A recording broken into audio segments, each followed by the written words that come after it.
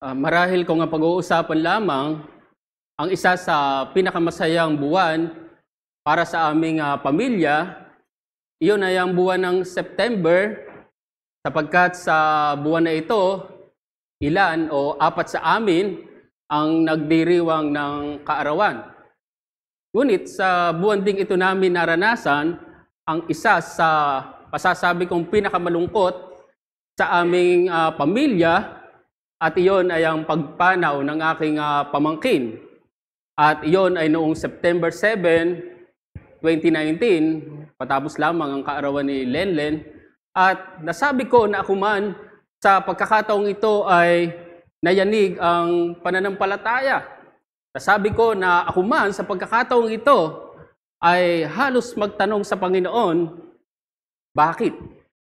Ngunit sa ganitong mga pagkakataon, paano nga ba tayo tutugon? Alam niyo, ang buhay Kristiyano ay hindi parang laging magaan, kundi minsan ito ay mabigat. Sa katunayan, kung minsan ang mga kabigatan o mga pagsubok na yan ay dumadating nang hindi mo inaasahan. Ngayon, sa ganyang pagkakataon, paano ka tutugon? Ang sabi ni Santiago sa Santiago 1, talatang 2, ituring daw nating buong kagalakan kapag tayo ay nahaharap sa sari-saring pagsubok. Yan ang tamang pagharap o pagtugon sa pagsubok. Bagaman tila nakakagulat yan, ngunit ang dahilan niyan ay sapagat nalalaman daw natin na ang mga pagsubok sa ating pananampalataya ay nagbubunga ng pagtitiis. Ngunit hindi yan automatic. Yan ay nagpapakita lamang na pwede tayong mabigo dito.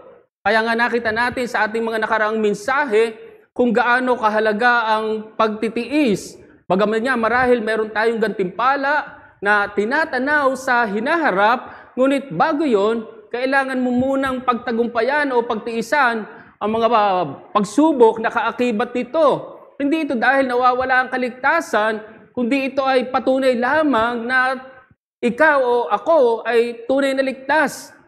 Ang isang tunay na ligtas ay nagpapatuloy o nagpe-persevere sa kanyang pananampalataya hanggang sa huli. Ngayon, bakit tayo nabibigot dito? Yun ay dahil sa ating mga sarili at hindi dahil sa Diyos. At yan niya ang ating tinunghayan sa ating huling mensahe. At mula dyan ay iniimbitahan ko kayong muling buksan ang inyong mga Biblia sa sulat ni Santiago, Kabanata 1, ang ating tutunghayan ay mula talatang 16 hanggang 18. Santiago 1, 16 hanggang 18. Ito po sinasabi, huwag kayong padaya, mga minamahal kong kapatid. Ang bawat mabuting kaloob at ang bawat sakdal na kaloob ay pawang buhat sa itaas na nanggagaling sa Ama ng mga ilaw na sa Kanya ay walang pag-iiba o anino man ang pagbabago. Alinsunod sa Kanyang sariling kalooban, tayo ay ipinanganak Niya sa pamamagitan ng salita ng katotohanan upang tayo maging isang uri ng mga unang bunga sa kanyang mga nilalang. Sa ating nga pong nakaraang mensahe, nakita natin na iniisip ng mga mambabasang ito ni James na ang dahilan kung bakit sila nahaharap sa pagsubok, yun ay dahil sa Diyos. Ngunit dito ipinakita ni James na hindi ang Diyos ang sanhi kung bakit sila nahaharap sa pagsubok o marahil sa matitinding pagsubok. Nakita natin na iyon ay dahil sa impluwensya ni Satanas, ngunit hindi mismong si Satanas din ang dapat nating sisihin kung tayo man ay marahil nahuhulog sa tukso, kundi ang ating mga sarili.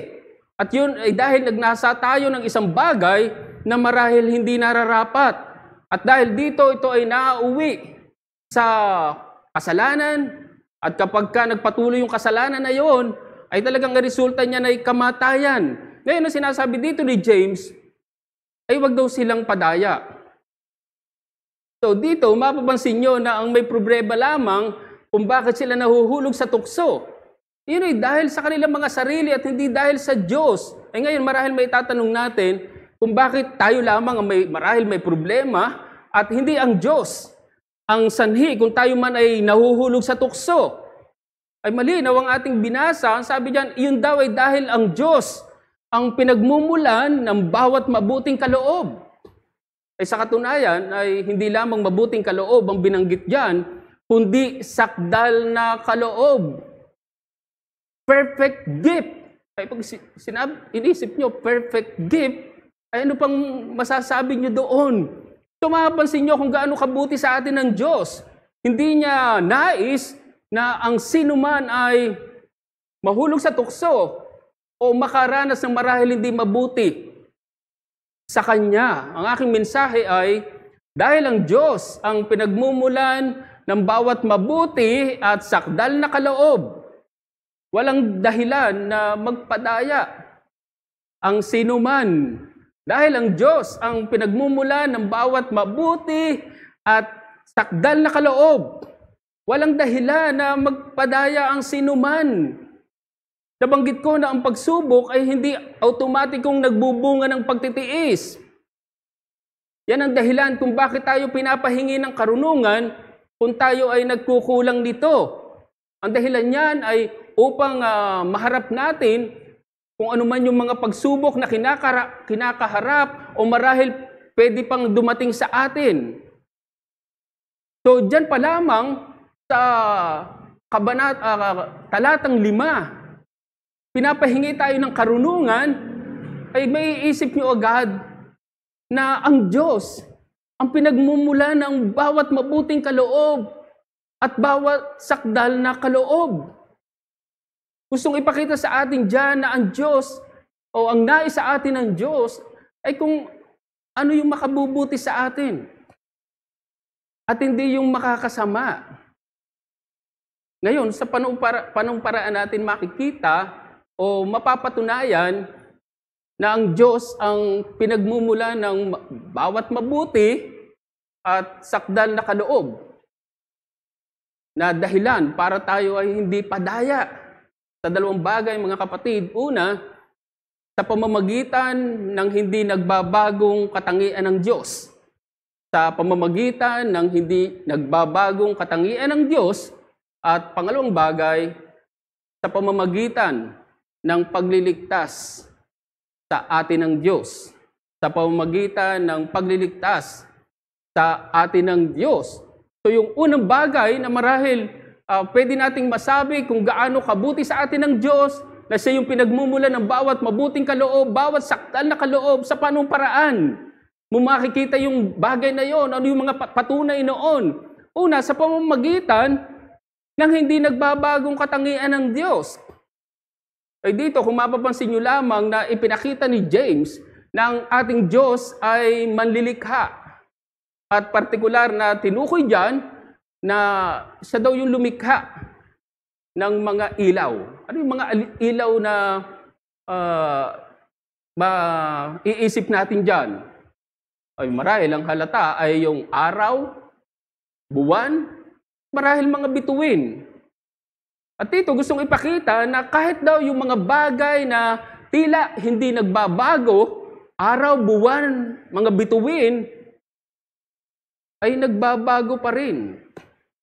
Di ba, yung mga bagay na yan na nilikha ng Diyos, ay tila hindi nagbabago. Pag inisip mo yung araw, buwan, bituin, parang napaka-stable niyan. Parang hindi nagbabago yung mga bagay na yan. Ngunit kahit pa daw yung mga bagay na yan, ay nagbabago pa rin. Marahil ang araw, bagaman sumisikat, ngunit lumulubog din. Ang buwan, bagaman marahil lumilitaw, ngunit nawawala din. Bagaman hindi tayo gaanong tiyak kung ito yung pinakaibig sabihin dito ni James, ngunit kung ang pag-uusapan lamang ay nilikha ng Diyos, iisipin mo yung creation of God sa kabuuan, gusto lamang ipakita dyan na ang mga bagay na yan ay nagbabago. Parang wala kang makikita sa nilikha ng Diyos na hindi nagbabago. Ngunit dito sinasabi ni James, ang Diyos ay hindi nagbabago. So dahil ang Diyos ay hindi nagbabago, makakaasa tayo ng kanyang pagkalinga at masasabi natin na iyon ay sa lahat ng panahon. Hindi po pwede na ngayon ay nararanasan mo ang kabutihan ng Diyos at pagkatapos mamaya o bukas o sa susunod ay hindi na. Ay hindi po ganyan ang Diyos. Maalala nyo na iniisip ng mga mambabasang ito ni James na ang sanhi kung bakit sila naharap sa matitinding pagsubok ay wala daw ibang may kagagawa noon kundi dahil ang Diyos. Ngunit hindi ang Diyos ang naglalagay sa kanila sa ganong sitwasyon. Bagaman marahil hinahayaan ng Diyos na malagay sila sa ganong sitwasyon, ngunit hindi pa rin mismo ang Diyos ang naglalagay sa kanila sa ganong sitwasyon. Nakita natin na iyon ay marahil ginusto ni Satanas at pinahintulutan lamang iyon ng Diyos. At malinaw yan sa karanasan ni Job. Hindi tayo ilalagay ng Diyos sa isang sitwasyon na pwede nating kahulugan o kung ano yung ikasasama natin. Hindi ganyan ang Diyos. Kung ganyan ang Diyos, sana hindi na tayo pinahingi ng karunungan kung tayo ay kulang nun. Pero sinasabi ni James, kung nagkukulang kayo ng karunungan, humingi kayo. Sa katunayan ng sinabi doon ay saganang nagkakaloob ang Diyos at hindi nanunumbat. Tingnan nyo kung gaano kabuti ang Diyos. Kasi ang pinagmumula ng bawat mabuting kaloob at bawat sakdal na kaloob. Kanya natin isipin kung gaano kabuti ang Diyos sa atin. Marahil mapapansin nyo lamang din na sinabi dito ni James na ang ating Diyos ay hindi direktang sinabi na siya ay creator of lights. Ang sinabi ay siya daw ay ama ng mga ilaw. Sinabing ama. Anong maiisip nyo? So gustong ipakita dyan na ang Diyos ay hindi lamang basta manlilikha, kundi siya ay kumakalinga sa kanyang nilikha. At yan ay nararanasan ng lahat. Ibig sabihin, kahit pa ng mga hindi mga mananampalataya. At yan ang gusto kong maunawaan ng sino mang wala pang kaugnayan sa Diyos. Sa pamamagitan ni Jesucristo, gusto kong maunawaan ninyo na kayo man ay nararanasan ang kabutihan ng Diyos bilang kanyang nilikha, bilang ang Diyos ay iyong manlilikha. Kung paano bumabagsak ang ulan at sumisikat ang araw sa mga anak ng Diyos, ganun din sa inyo. Ngunit iyan ay dapat magbunsod sa inyo sa pagkilala sa Diyos, sa pagsisisi, sa pananampalataya kay Jesucristo. At yan niya marahil ang napakalinaw na mensahe kanina. Ngunit hayaan niyo basahin ko muli ang 2 talata sa ating teksto kanina, Roma 2, talatang 3 hanggang 4. At inaakala mo ba ito o tao na ang humahatol sa mga gumagawa ng gayong mga bagay ay gayon din ang ginagawa mo, na ikaw ay makakatakas sa hatol ng Diyos? O hinahamak mo ang mga kayamanan ng kanyang kabutihan, pagtitiis at pagtsatsaga na hindi mo nababatid ang kabutihan ng Diyos, ang umaakay sa iyo sa pagsisisi? Mga kaibigan, huwag niyong abusuhin ang kabutihan ng Diyos. Huwag niyong isipin na nadyan lang ang kabutihan ng Diyos, nadyan lang ang habag ng Diyos. Kung ganyan ang kaisipan niyo, mapapahama kayo. Bagkus yung naunawaan ang kabutihan ng Diyos, ang kanyang pagiging mahabagin, ay bagkus kayong lumapit sa Diyos. Bagkus kayong magsisi sa inyong kasalanan at manampalataya kay Jesucristo lamang. Huwag niyong isipin na ang Diyos hindi napupuno din ng Diyos, bagaman hindi katulad ng tao. Siguro nga kung ang Diyos ay parang tao, ay matagal na niyang ibinuhos ang kanyang puot dahil marahil punong-puno na siya sa kasalanan ng ginagawa ng tao. At yan nga marahil ang hindi nauunawaan ng marami. At sila magpapatuloy sa kanilang mga gawain sa mundo. Ngunit ito yung gusto kong maunawaan ng mga anak ng Diyos. Siya ay mapagkalinga sa kanyang mga anak. Kung paanong nararanasan ng sanlilikha, kahit pa ng mga hindi mananampalataya ang kabutihan ng Diyos, lalo na tayo. Yan ang ibig sabihin ng pagiging ama ng Diyos sa atin. At yan marahil ang kaibahan natin sa mga hindi mananampalataya. Kaya bagaman marahil nakakaranas tayo ng mga pagsubok, ngunit hindi ibig sabihin noon na pinabayaan na tayo ng Diyos. Hindi po kailanman hindi tayo pababayaan ng Diyos. Saan kayo nakakita ng isang ama na nagpabaya?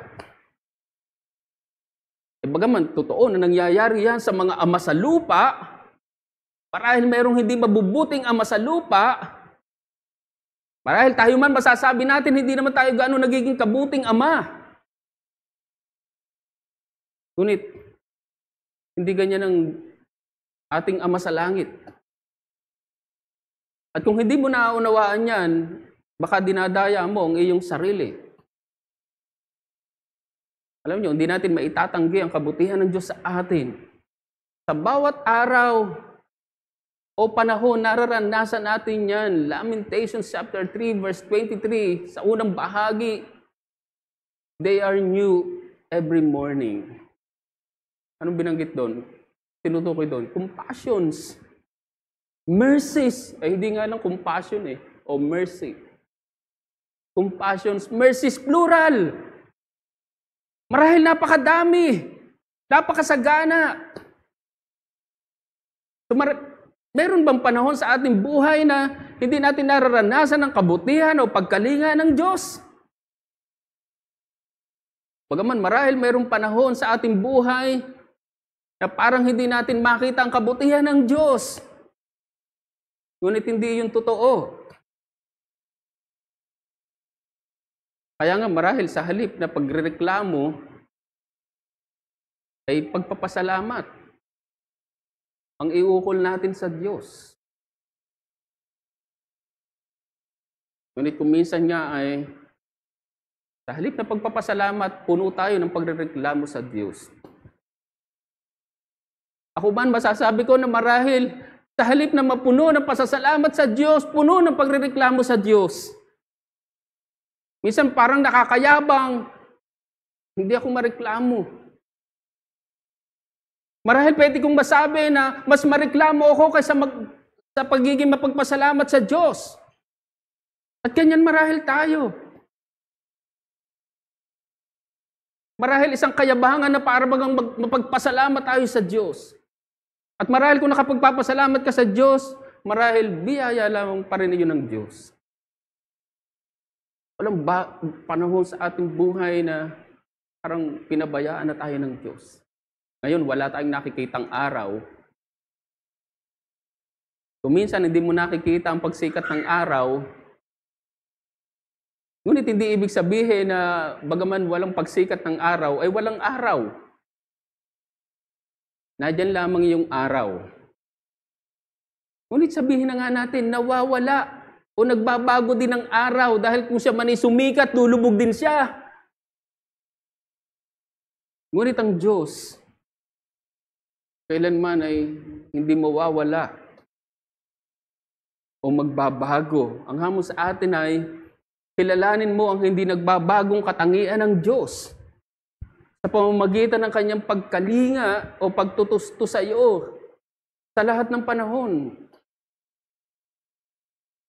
Siguro nga kung ang Diyos ay parang tao na nagbabago, marahil hindi natin maaasahan ang kanyang pagkalinga. Ngunit hindi ganyan ang ating Diyos. Ang sabi sa ating teksto, ang Diyos daw ay wala man lamang anino ng pagbabago. O yung buwan, minsan may eclipse. Ay ang Diyos, wala nang ganun. Ibig sabihin, kung ang Diyos ay walang anino ng pagbabago, ibig sabihin, tiyak ang Diyos.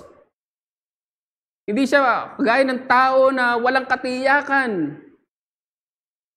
Siguro kung ang Diyos ay parang pabago-bago na kagaya ng panahon, hindi natin maaasahan ng Diyos. Ngunit hindi ganyan ng Diyos. Kung sino siya sa simula, ganoon din siya sa huli. Ganyan yung katiyakan meron tayo sa Diyos bilang ating Ama. At mahalaga na panghawakan natin yan, mga kapatid. Hindi po pwedeng kung minsan ang Diyos ay mabuti at kung minsan naman ay masama. Hindi po pwedeng ngayon bibigyan ka ng Diyos ng karunungan tapos mamaya susubukin. Hindi ganyan ang Diyos. Napaka-inconsistent ng Diyos kung ganun. Hindi ganyan ang Diyos. Isa sa marahil pinaka-popular na awitin namin noon ako'y nasa denomination pa, ay ang awit. May tinatawag kaming praise song, mabilis, mayroong worship song. At marahil isa sa pinaka-popular na tinatawag namin na worship song noon ay ang awit na pinamagatang "Kay buti-buti mo, Panginoon." At ang sinasabi sa kaisa-isang talata nito, ang sabi, "Kay buti-buti mo, Panginoon, sa lahat ng oras, sa bawat araw, ika'y laging tapat kung magmahal, ang iyong kaawa ay magpawalang hanggan." Ang mga linyang iyan ay nagpapakita ng hindi nagbabagong katangian ng Diyos. So paano mo makikita o mapapatunayan na mabuti ang Diyos? Na ang bawat mabuting kaloob at bawat takdal na kaloob ay nagmumula sa taas, nanggagaling sa Ama ng mga ilaw sa pamamagitan ng hindi nagbabagong katangian ng Diyos. Ngunit pangalawang bagay, masasabi natin na ito yung mas higit sa pamamagitan ng pagliligtas sa atin ng Diyos. Siguro kung pwede mong itanggi sa iyong buhay ang kabutihan ng Diyos, marahil pwede mong sabihin na hindi ko nararanasan ang kabutihan ng Diyos sa akin bawat araw. Marahil kung minsan, oo, pero kung minsan naman ay hindi. Ngunit sa usapin ng kaligtasan, hindi mo maitatanggi ang kabutihan ng Diyos sa kanyang ginawang pagliligtas sa iyo. Ang sabi dito sa ating teksto sa talatang 18, alinsunod sa kanyang sariling kalooban, tayo ay ipinanganak niya sa pamamagitan ng salita ng katotohanan upang tayo maging isang uri ng mga unang bunga sa kanyang mga nilalang. Ay dito ay pinakita ni James na kung merong pinakamabuting bagay na pwede tayong matanggap sa Diyos, yun ay walang iba kundi ang kanyang pagliligtas. Yung pagliligtas sa atin, at ito yung masasabi nating ultimong kaloob na pwedeng ipagkaloob sa atin ng Diyos. Ay diyan masasabi mo ba na ang Diyos ay mabuti? Masasabi mo ba na ang Diyos ay hindi pinagmumula ng bawat mabuting kaloob at sakdal na kaloob? Pag iniisip mo ang iyong kaligtasan, kaya nga taliwas ito sa iniisip ng mga mababasang ito ni James na ang Diyos daw ang sanhi kung bakit sila nalalagay sa matitinding pagsubok na pwede pa nilang kahulugan. Ay hindi po pwedeng mangyari yun. Ang ultimong kapahayagan ng mabuti at sakdal na kaloob ng Diyos ay ang kanyang pagliligtas. Alam niyo, napakaganda ng sinabi ni James sa ating teksto. Ipinakita dito ng ating daw kaligtasan ay talagang ninais o pinag-isipan ng Diyos. Hindi ito isang bagay na parang nangyari o nagkataon lamang. Hindi ganyan ang ating kaligtasan. Ang sabi dito, alinsunod sa kanyang sariling kalooban. Hindi kung kanino mang kalooban, sa Diyos mismo. So mapapansin nyo na talagang sinadya ito ng ating Diyos. Hindi ito yung parang ipinanganak ka lamang, yung parang basta ka na lang, parang pumutukas, kung tawagin ng iba, parang pag binibiro yung isang bata, isang anak, ay parang putukas sa buho. Di ba mayroong nangyayaring ganyan na yung isang bata o sanggol ay parang, sabi, hindi raw plinano, na dumating sa mundo, parang hindi planado. Eh di ba, isa parang may nangyayaring ganyan. Ngunit hindi daw po ganito ang ating kaligtasan. Eh ganyan mo makita ang kabutihan sa iyo ng Diyos. God chose us before the foundation of the world. Ang sabi nga doon ay, God knew us, loved us before the foundation of the world. Ay parang hirap isipin yan, ikaw, ako, ay pipiliin ng Diyos, iibigin ng Diyos, bago pa man likahin ng sanlibutan. Parang hindi yata kapanipaniwala. Sino tayo para isipin ng Diyos na iligtas? Psalm chapter 8. Ipinakita din dito na hindi iyon sa pamamagitan natin. Iniligtas ka ng Diyos. O naligtas ka, hindi raw yun sa pamamagitan natin. Ipinakita dito na tayo ay naligtas sa pamamagitan ng salita ng katotohanan. Ano yun? Ang ebanghelyo. At hindi pa yun, at yun ay sa pagkilos lamang ng banal na spirito. So, gaano mo na-appreciate ang iyong kaligtasan? Ipinakita dito na kung sa atin lamang mga sarili, wala tayong magagawa. At tayo ay makasalanan. Pinakita dito na kung sa atin lamang mga sarili, impyerno tayo. Napahamak na sana tayo. Ngunit hindi ganyan ang ginawa ng Diyos sa atin. Kabaliktaran niyan sa sinabi sa talatang 15, na dahil daw sa ating mga pagnanasa, sa kahulihan ay nauwi yon sa kamatayan, sa kapahamakan. Napansin niyo yung connection sa ating last message? Sa verse 15, ganyan ang nagiging bunga. Sabi ng isang commentator, desire, sin, and death. Ganun na nangyayari. Pero yung kabaliktaran nun, hindi. Kung yung desire nagbubunga ng sin, at yung sin nagbubunga ng kamatayan, parang nanganak siya. Tayo, ipinanganak ng Diyos. Sa halip na kamatayan, ang ninais sa atin ng Diyos ay buhay. Kasi yung kabaliktaran nun. At ano yung buhay? Yun daw yung pinakamainam o pinakamabuti sa atin. Kaya alam nyo, kung tayo man ay mapahamak, yun ay dahil ginusto na natin yun.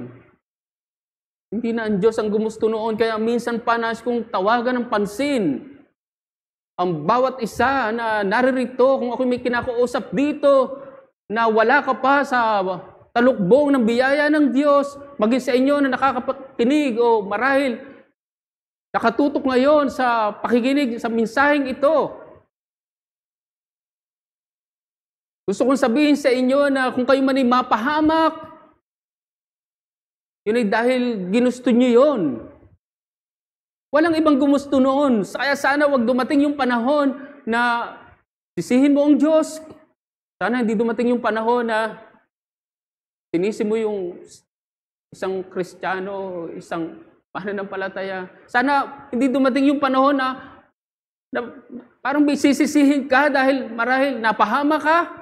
Bagaman parang makakapanisi ka pa ba pag nasa impyerno ka na o marahil na doon ka na sa kapahama ka. Pero sana hindi ganun. Kaya ang apela ko sa inyo, tumugon kayo sa salita ng katotohanan, sa ebanghelyo na naririnig ninyo ngayon. Yan lamang ang natatanging paraan para ipanganak kayong muli. Para ipanganak kayo ng Diyos. Kung walang pagsilang na muli, walang kaligtasan. Bagaman marahil nararanasan nyo ang kabutihan ng Diyos, Dahil nilikha ka ng Diyos, ganyan kabuti ang Diyos eh. Ngunit hindi yun sapat. Ang kailangan nyo pa rin ay ipanganak na muli. O yung tinatawag natin na born again experience or yung tinatawag na new creation. At yan ay naka Hesukristo lamang. Ngunit para sa atin na ipinanganak ng muli o yung naduuna sa new creation, gusto kong pansinin nyo ang sinabi pa dito ni James, yung daw nilayo ng Diyos. Bakit tayo ay ipinanganak ng Diyos sa pamamagitan ng salita ng katotohanan?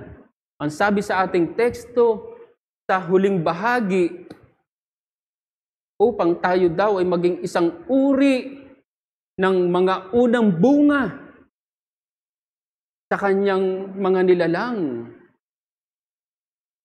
Ay, anong gustong ipakita dyan? Gustong ipakita dyan yung pagiging espesyal o yung pagiging natatangi natin sa lahat ng nilalang ng Diyos. Alam natin ang ibig sabihin ng unang bunga o ng first fruit. Ito yung pinakamainam sa lahat. Hindi ito may ihahalin tulad sa iba. Ito ay may kinalaman sa pagiging sagrado o banal ng bagay na ito. Ganito tayo. Parang bayang Israel. Ang bayang Israel ay natatangi sa lahat ng mga bansa. At ganyan tayo itinuturi ng Diyos. At ganyan natin makita ang ating katatayuan sa harap ng Diyos. Isa sa mga parang unang bunga, napaka-special natin sa harap ng Diyos. Alam niyo, pagdating sa mundo, yung in o yung standard ay kung ano yung nakararami. Alam nyo, bagaman tayo ay hindi nakararami, marahil sa mundo, parang hindi tayo special. Marahil ang mga special sa mundo, yung standard ay marahil mga elite, marahil mayayaman, o ano pa mang standard ng mundo. Marahil walang ganyan, hindi ganyan ang mga Kristiyano. Ngunit sa Diyos, ang sabi ay para tayo maging isang uri, first fruit sa kanyang mga nilalang. Ang hamon sa atin ay bilang hinangad ng Diyos, ang pinakamabuti sa atin, huwag tayong maghangad ng ikasasama natin. Alam niyo, ang dahilan lamang kung bakit pwede nating maranasan ang hindi mabuti sa atin, yun ay dahil tayo ang pumili noon. Tayo lamang ang nagnasa noon. Bagaman marahil walang masama ang mga bagay sa mundo, gaya marahil ng kayamanan. Ngunit kung ito ang magpapahamak sa iyo, ang magdadala sa iyo sa kamatayan, hindi mo dapat hangarin yun. Ang nais sa atin ng Diyos ay ang pinakamabuti. At ano ba ang pinakamabuting bagay na pwedeng ipagkaloob sa atin ng Diyos? Hindi ba ang kaligtasan? At muli, ito yung hindi nauunawaan ng marami. Para sa kanila, ang pinakamahalaga sa kanilang buhay ay ang mga bagay sa mundo. Marahil kayamanan, marahil kasikatan, o ano pa man na marahil maganda o mabuti sa mundo. Hindi iyan ang pinakamainam na pwede mong matanggap sa Diyos. Kaya minsan pa, ako'y nananawagan sa mga wala pa kay Hesukristo. Ang pinakamainam pa rin na bagay na pwede mong matanggap sa Diyos ay ang kaligtasan. And again, yan ay na kay Jesucristo lamang. Kaya sana yan yung pakahangarin mo sa iyong buhay.